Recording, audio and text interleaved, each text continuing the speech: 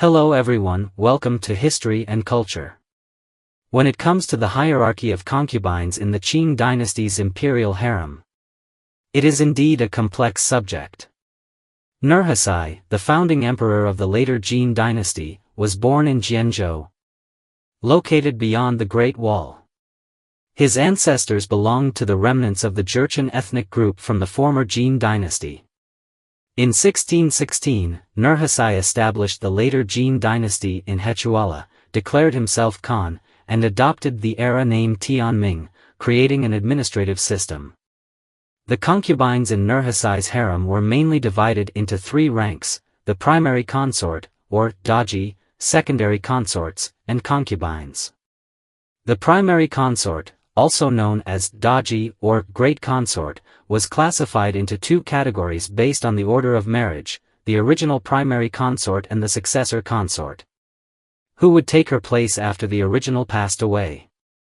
Nurhaci had four primary consorts in total. The secondary consorts, referred to as sephu, held a status between the primary consort and the concubines, classified as a side chamber. According to the ancient system of one husband with multiple wives, secondary consorts were considered concubines. Nurhaci had four secondary consorts. The lowest rank among the three was the concubines, known as shufu. Nurhaci had 7 concubines. During the reign of the Xuanji emperor, there were some changes in the harem system. Titles were standardized. The primary consort of Qingning Palace was called the National Master Consort, while the consorts of various palaces were designated as East Great Consort, West Great Consort, East Side Consort, and West Side Consort. These 5 consorts had relatively similar statuses, although they ranked higher compared to other secondary consorts and concubines. By the time of the Guangxu emperor, the harem remained essentially divided into 3 ranks: empress, consorts, and concubines. The titles of consorts gradually began to replace those of fujin. Guangxu, the 4th emperor of the Qing Dynasty, was greatly influenced by his grandmother, Empress Dowager Cixi, who dedicated herself to his upbringing. She often recounted stories of his grandfather, the Xuanji emperor, and encouraged him to uphold the virtues of his ancestors and aspire to greatness. Guangxu was rigorously trained by Empress Dowager Cixi, who instilled in him the ideals of benevolence and respect, emphasizing the importance of decorum in all his actions. Guangxu was diligent in his studies. Starting at the age of 5, he maintained a rigorous schedule, never allowing weather to disrupt his education. After the death of his parents, he studied even harder, focusing on governance and deeply engaging with Confucian classics. He also learned martial skills from the skilled guards and became an exceptional archer, known for his remarkable accuracy. From 1662 to 1722, Guangxu reigned for a remarkable 61 years, becoming the longest reigning emperor in Chinese history. He established an 8-rank system for the harem, following the previous Ming dynasty's practices, which clearly defined the ranks of imperial consorts. The draft history of Qing specifies the ranks of Qing dynasty concubines: empress, empress dowager, noble consort, consort, attendant, and several others, totaling 8 ranks. The empress had 1 position and could assign 10 maidservants. The noble consort had 1 position with 8 maidservants. The consorts numbered 2 with 8 maidservants, and so on. Aside from the empress, all other consorts resided in the east and west 12 palaces. Some historical records indicate that a concubine in the Qing dynasty received an annual salary equivalent to several tens of thousands of dollars today, with the empress earning even more. Is this true? Surprisingly, yes, it is indeed true, and these benefits were quite substantial. According to regulations, the empress's annual salary was typically 1,000 taels of silver, decreasing by 200 taels for each lower rank. Noble consorts and attendants received 200 taels, while concubines received 100 taels. In today's purchasing power, one tael of silver is valued at approximately $100 to $200, making 1,000 taels worth between $100,000 and $200,000. This means that any woman who became a concubine, even at the lowest rank, enjoyed a life significantly better than that of the average person, with at least food and shelter assured, regardless of favor. These figures are just the norm within the palace. If the emperor favored a particular concubine, any gifts given could be worth a fortune by today's standards.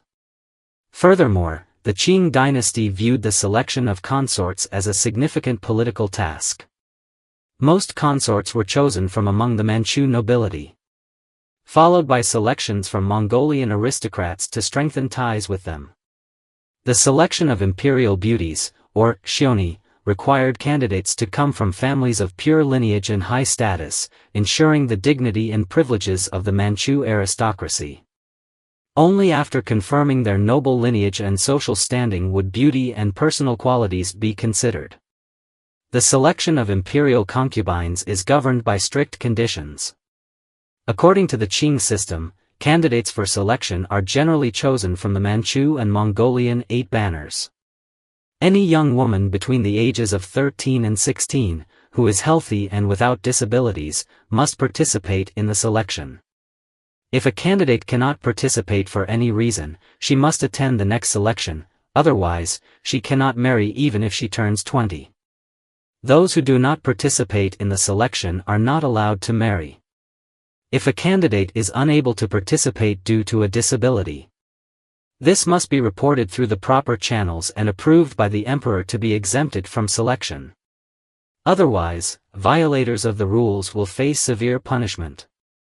Regarding the pathways and methods of being conferred as a concubine, if we compare the royal family to a common household, the empress is the primary wife, the 4 high-ranking concubines, Empress Dowager, noble consort, and pinfang, are considered secondary wives. Below the rank of consort, the titles noble person, regular attendant, and concubine are colloquially known as housemaids among the common people. Each rank upward increases power and influence. Except for the empress, who holds absolute authority, moving from a noble person to a consort is akin to rising from housemaid to secondary wife, essentially elevating one from a servant to a half-mistress. Thus, they must at least reach the rank of consort to have sufficient leverage to compete and climb higher. A consort can have her own residence and raise her children without the pain of separation from family. Therefore, the most effective, and commonly seen in film and art, is the notion that a mother with the emperor's child is esteemed. Having the emperor's offspring provides a strong basis for speaking with confidence.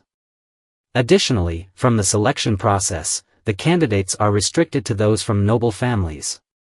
So most concubines have some degree of family influence.